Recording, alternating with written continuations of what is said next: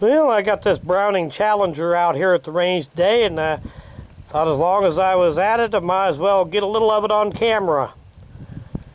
These Browning Challengers were made in the 60s and 70s by FN in Belgium for Browning. And these are pretty high quality gun, back when they still milled everything out of steel instead of having cast and stamped parts. Anyway, we'll get a few rounds on camera with it today. I have done some previous videos with this gun, but it's been quite a while back. Okay, she's all loaded up and ready to go. I'll see if I can keep it right up close to the camera here where you can get a good view of it.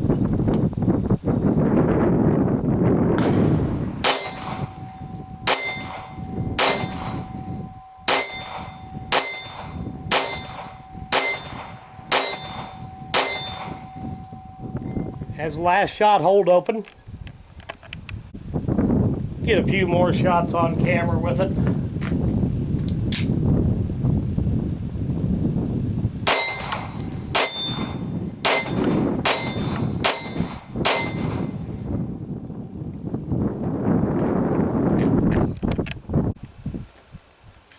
Go ahead and run her through. All right.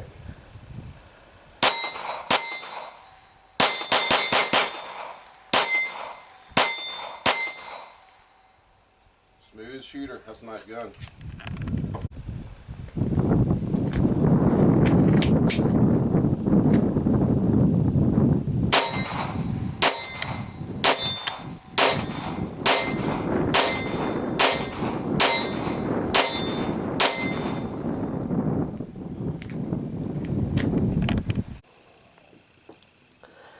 Well, these old Browning Challengers are just a lot of fun to shoot.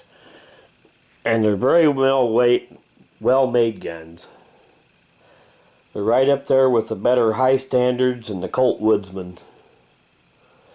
Now, in that era, Browning tended not to put a model name on their guns. At the time, Browning made two .22 caliber handguns.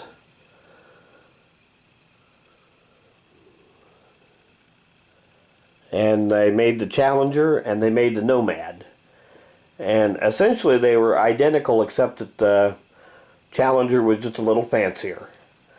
The Challenger had a last shot hold open, and Nomad didn't, and had a gold plated trigger, wood grips instead of plastic ones.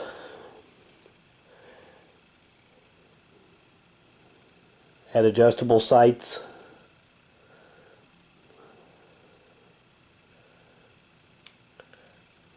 But these were all solid steel machined guns, very high quality.